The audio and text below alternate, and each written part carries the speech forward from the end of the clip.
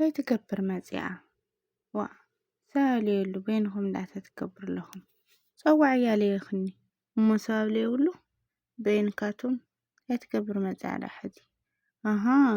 ተደፊኣ ይቅርታ ክትሓተን እንዲኣ መጻ እሞ ምን ፈቅዱላ ዳ ከፍላ ተልዓለላ ጠጠው ትበል ግዴታ ደና ይቅርታ ክትለነዋ እንፈቅዱላ ኢኻ ኮፍ ትበል። ሰላም ናይ ቻናለይ ተኸታተልቲ ከመይ ኢኹም ደህና ዲኹም? ኣነ ሰላም ኣምላኽ ይመስገን በብናኹምዎ ሰላምኩም ብዝሕ ትርፍ ይበለለይ ከመይ በልኩም ከመይ ኣምሽኹም? ኣነ ሰላም እየ እግዚአብሔር ኣምላኽ ይመስገን በብናኹምዎ ኩርናዓት ዓለም ሰላምኩም ይብዛሕ ብድጋሚ እና ንዛ ቻናለይ ሓደስቲ ትኾንኩም ላይክ ሰብስክራይብ ብምግባር ቤተሰብ ይኹኑ ማለት እዩ። ቤተሰብ ድማ ብልሙድ ላይክ ያናፅር ኢትኹም ኣብ ኮሜንት ብምቕማጥ መበረታዕኹም ይፈለየኒ ማለት እዩ። ኩራት እና ቤተሰብ ሎማዓንቲ ድማ ዳሌክስ ሕዝና መጺና ንዕና ማለት ኢና እንግዲህ ትማሊ ንመዘኻኸር ላክል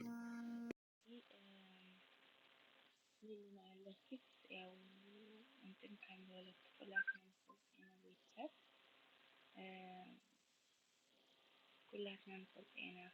ليلنا عليك نسخان بيتن دينكم أقرأي يكرتاكم بيخهم دينكم يكرتاك حتى نياكم سللا واردهمي انكرتاكمي أقروات لنورا مالتنا أليكس دما يو أنا سوائية تاليخا تقوم بحي كرتال تيغاكي إذا ጭራሽ ስእነተይ ኣያዋርድን ኣያራኽስን ብሎ ኣቐድ መባኣ ደፍእዋ ይኸይዱ ማለት እዩ። ቤተሰብና እንግዲህ ሎማዓንቲ ያው ከምቲ ትማልዎ ላይ ኾነ ሎማዓንቲ ኣሌክስ ኔልልዲ ማለት እዩ እንትን ከም ዝኾነ ኔልልዲ ኒ ቤት ይጸውዑ እንግዲህ ሃምዝ ንርለናዮ ቤት ለምኑ ይቅርታ ጠይቕያ ንዕይብሉ ናገዛ ሃምል ጸውዖ እዩ ልናገረና ኣሎ ቤተሰብ ማለት ኢና ሎማዓንቲ እውን ዓብይ ጌጋው ሊላልየውሉ ሰዓት ጸውዑ በይኑ ሃምዝ ከፍሎም ብምጽንዖም ኣነ እውን ብጣዕሚ ግርኣትኒ ማለት እዩ። ምክንያቱ ሰላም ክትፈጥርና ጻዕርኻሲ ሌላ ካልእ ችግር ምፍጣር ይመስለኒ በኣነ ማለት ኢና ነገራት ብስሩ ነገራት ከም ልዋጠጥ እዮም ልገብሩለዎ ማለት እዩ። ምክንያቱም ንምንታይ እሱሲ ንምንታይ ተያምጾ በቃ እንትን ምግባርሲ ተያምጾ ምስ ቤቲ ኮፍልካ ምጽናሕ ተያምጾ ኦሬዲ ሊሊ ኣለላትሎ ጸውዑ ሓደ ጊዜ ንዕብሉ ንገዛ ጸውዑ እንትን ማለት ነውርዎ ይቅርታ ምጥያቅ ይቅር ምብባል ልልዩ ግን ሊላ ብለይብሉ ሰዓት ንዓዓ ጸውዑ ከም ዝከፈብልዋ ጸንሑ ንዓዓ ታይስምዓ ያው ኦሬዲ ሁላትና ንፈልጦ ኢና እንግዲህ ምንም ዓይነት ነገር ከይትናገሪ ለኣነኺ ይቅርታ ኢልያ እሞ በቃ ሃምኡሉ ገዛይ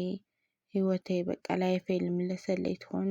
ለኣነ ክትሸገርለይ ይብላ ኖርና ምንም ነገር ለዕለት ተዕለት ሕማቅ ነገር ከይትናገር እያ ይብላ ኖሩ ማለት እና እሳውን ክሙክርየት ኖራ በነገራችን ላይ ዳማትካ መጽኻሲ በቃ ትማጣመጥ ምናምን ለየድሊ ነገራት ትናገር በቃ እናልኹም ለይኾነ ሓረካታት ትገብር ምናምን እውነቱ ብጣዕሚ ድብረካ ብጣዕሚ ለጽለአካ ለውን ማለት ኢና ታኣትል ደልይዋ ከይትናገር ሃምዚ ከይትል ምናምን ክልተሎሲ ታይ ሞ ትናገር እስኪ ታኣትል ከዚ እውን ዓብይ ጌጋ መን እንሆ ተልና ኣሌክስ እንሆ ማለት እዩ በፍጹም ንቤቲ በፍጹም ክጽዋዕ ይነውረይ ኦሬዲ ሊላ ብለይብሉ ሰዓት ክጽውዖ ሰብ ብለይብሉ ሰዓት ክጽውዕ ይነውረይ ምክንያቱም ከዛ ካብ ደገታት ተላ ኮፍሎም ክትረኽቦም ተላ ካልእ ነገር እዩ ልስምዓ ማለት እዩ። ቤተሰብና ካልእ ነገር ከም ትሰምዓ እውን ኣነ እርግጠኛ እየ እና ብጣዕሚ ይእተጋግዩ ኣሌክስ ማለት እዩ እና መፃ ካብ ደገ ክፍሎም እያ ረኽባቶም እና እንታይ ትገብሩ ኣለኹም እያ ኣብላቶም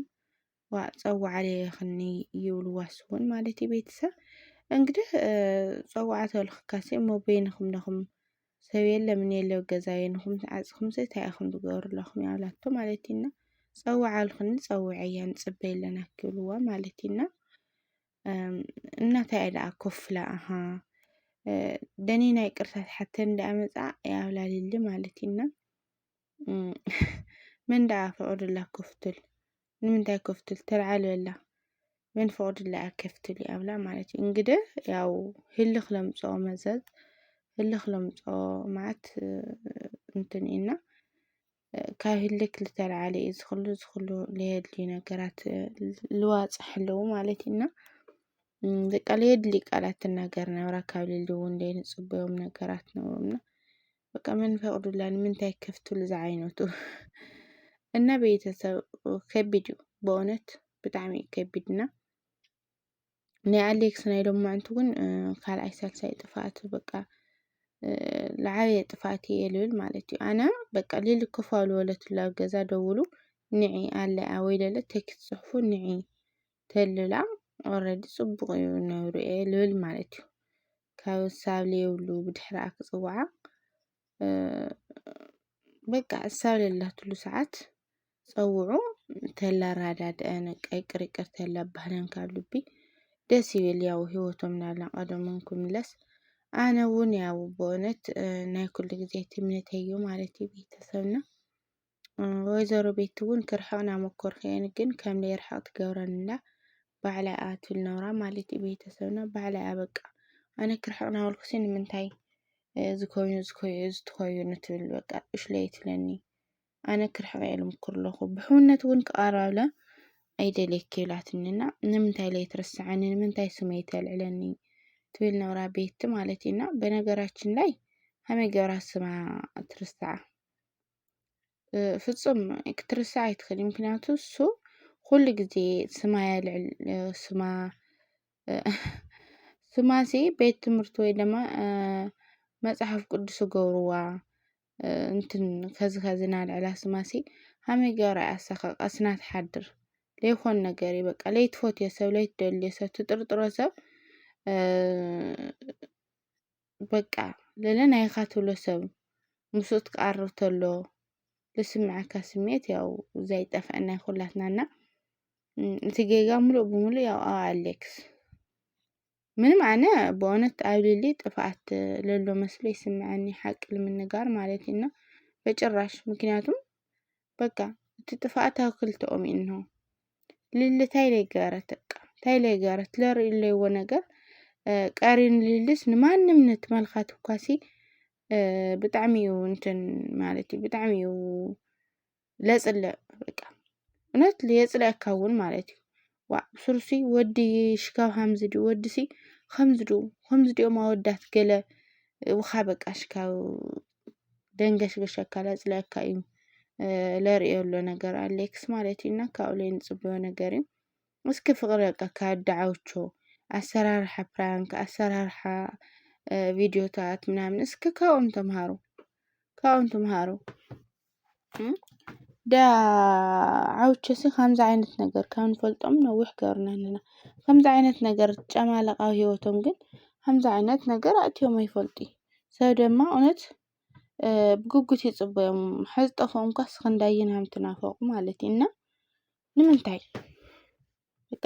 ሃሞም ለይትኾኑ ፅቡቕ ፅቡቕ ለለ ስራሕ ሰብ ሃም እናፍቐኩም ለይትኾኑ በቃ ፅፍፍ ለለ ናባዕልኩም እንተንሕዝኩም ለይትመፁ ሃምና ወትሮ ብፍቕሪ ብሰላም ዋ እዚ በእውነት ሰብላ በቃ እስከዝ ካብ ዝፀልአካ ለለ ጀመሩ እስካብ ዝብለካ ኧረ ሸም እዩ እና ናይ መጨረሻ ቪድዮ እዚኡ ማለት እዩ ቤተሰብ እንግዲህ መጨረሻኦም የጥዕመሉ ትሳንዮም ተዓርቆም ክመፅና እውን ተስፋ ንገብር ማለት እዩ ቤተሰብና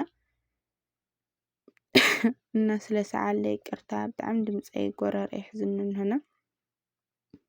ብግዲኤ ልናገር ኣለኹ እና ቤተሰብ ኣብ ቀፃሊ ያው ኩሉ ሰላም ኮይኑሎም ክመፁና ተስፋ ንገብር እና ናይ ሎማዓንቲ ቪድዮና እዚ መስል ነብሩ ማለት እዩ። ብቀጻሊ ቪድዮ እስካብ ንራኸብ ሰሰናይ ለበለ ዘጽብቑ ጠጥዕሙ መመቻኡ